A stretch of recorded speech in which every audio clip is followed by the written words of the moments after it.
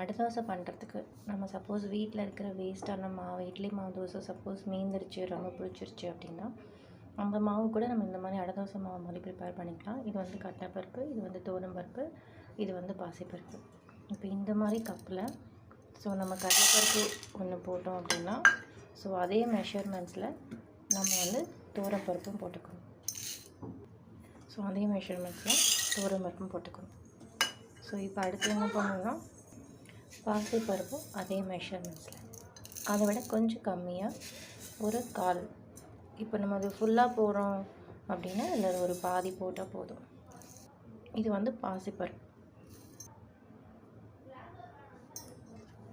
இது வந்து இந்த மெஷர்மெண்ட்ஸ் பார்ப்போம்.